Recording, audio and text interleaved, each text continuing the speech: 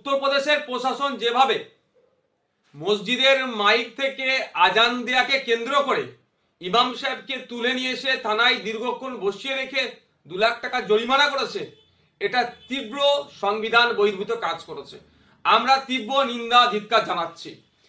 ভারতীয় সংবিধানের 25 নম্বর অনুচ্ছেদে ধর্মের স্বাধীনতার মৌলিক অধিকারের নিশ্চয়তা প্রদান করেছে। শুধুমাত্র ধর্মীয় স্বাধীনতা নয়, সেখানে ধর্ম পালন, অনুশীলন এবং প্রচারের সম্পর্কিত সমস্ত বিষয় অন্তর্ভুক্ত করা হয়েছে। কিন্তু বিজেপি সরকারের ক্রমশ সংখ্যালঘুদের ধর্মীয় আচরণ থেকে শুরু করে ধর্মীয় স্বাধীনতার হস্তক্ষেপ করছে। এটা আমরা তীব্র নিন্দা ধিক্কার জানাচ্ছি। সাউন্ড পলিউশন সম্পর্কে আমরাও যথেষ্ট জানি। আমি দায়িত্ব নিয়ে বলতে পারি, পশ্চিমবাংলা সারা ভারতবর্ষের কোন মসজিদের আজান আইন বহির্ভূত আওয়াজ হয় না, অর্থাৎ আজানের জন্য শব্দ দূষণের যে লিমিটেশন আছে সেটা ক্রস করে না।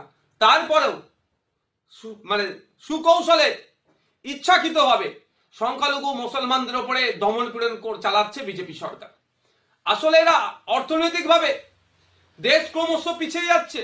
দেশের প্রধানমন্ত্রী অর্থনীতির বিষয়ে অনেক তিনি শব্দ খরচ করছেন, কিন্তু আমরা দেখছি কি আমাদের জিডিপি ক্রমশ বৃদ্ধি দূরের কথা পিছিয়ে যাচ্ছে। এটাকে ঢাকা দেওয়ার জন্য, সমস্ত রকমের ব্যর্থতাদের ঢাকা দেওয়ার জন্য কেন্দ্র সরকারের বিজেপির যে সমস্ত ব্যর্থ হচ্ছে সেগুলো ঢাকা দেওয়ার জন্য ধর্ম তারা খেলতে চাইছে। তারা হিন্দুত্বের তাস খেলছে।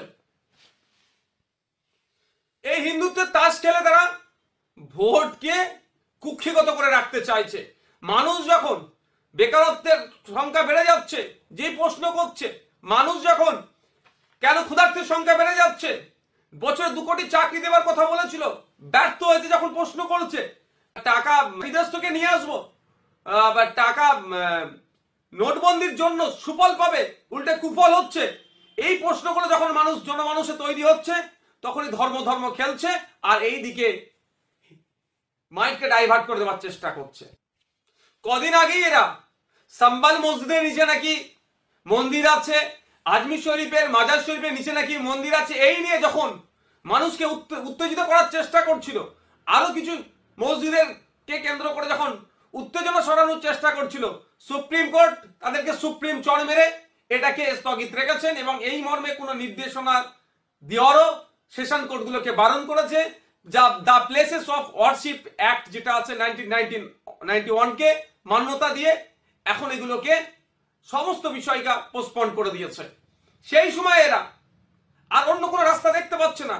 মানুষকে সাম্প্রদায়িকতার দিকে না ঠেলে না দিতে পারলে এদের ভোটে এরা গেইন করতে পারবে না। সেই জন্য কি মাইকের আজান, যে মাইকে আজান দেবে তাকে 2 লাখ টাকা ক্ষতিপূরণ, তার ধার্য, এই নিয়ে তারা মেতে উঠেছে। এগুলো বেশি দিন টিকবে না। বিজেপি পরিচালিত সরকার যেভাবে এই মৌলিক অধিকারগুলোকে হস্তক্ষেপ করার চেষ্টা করছে, আমরা সম্পূর্ণ এর বিরোধিতা করছি এবং আমরা মনে করছি এটা সম্পূর্ণ সংবিধান অবমাননা তুল্য। তাই দেশের সংবিধান, আইন কানুন রক্ষার দায়িত্ব আমাদেরকে নিতে হবে। সংবিধান আমাদের মৌলিক অধিকার দিয়েছে, সেটাকে যারা ভুলণ্ডিত করছে ঐক্যবদ্ধভাবে তাদের বিরুদ্ধে গণতান্ত্রিক প্রক্রিয়ায় লড়াই করতে হবে এবং তারা যে সাম্প্রদায়িক চিন্তাভাবনা ছড়িয়ে দেওয়ার চেষ্টা করছে এর বিরুদ্ধে সংখ্যালঘু থেকে শুরু করে সংখ্যাগুরুদেরকে ঐক্যবদ্ধ হতে হবে। বাংলাদেশে সংখ্যালঘুরা আক্রান্ত হচ্ছে, হিন্দুরা বাংলাদেশে আক্রান্ত হচ্ছে, তার বিরুদ্ধে যেরকম ভাবে সংখ্যালঘু থেকে শুরু করে সংখ্যাগুরুরা পশ্চিমবাংলা ভারতবর্ষে প্রতিবাদ করছে, ঠিক একইভাবে পশ্চিমবাংলা ভারতবর্ষের সংখ্যালঘুরা যেভাবে আক্রান্ত হচ্ছে, তাদের অধিকার দিনের পর দিন যেভাবে খর্ব করা হচ্ছে, এটার বিরুদ্ধেও শুধুমাত্র পশ্চিমবাংলা ভারতবর্ষের সংখ্যালঘুরা নয়, দেশের সংখ্যালঘুদেরকেও, দেশের সংখ্যালঘুদের সাথে দেশের সংখ্যাগুরুদেরকেও গলায় মিলাতে হবে এবং কেন্দ্রের বিজেপি সরকার এবং বিভিন্ন রাজ্য সরকার যেভাবে সংখ্যালঘুদের অধিকারগুলোকে খর্ব করার চেষ্টা করছে তার বিরুদ্ধে সোচ্চার হতে হবে। আমি আশা করছি শুভবুদ্ধি সম্পন্ন মানুষেরা বিজেপির এই ধরনের সাম্প্রদায়িকতার বিরুদ্ধে ঐক্যবদ্ধ হয়ে লড়াই করবেন গণতান্ত্রিক প্রক্রিয়াতে।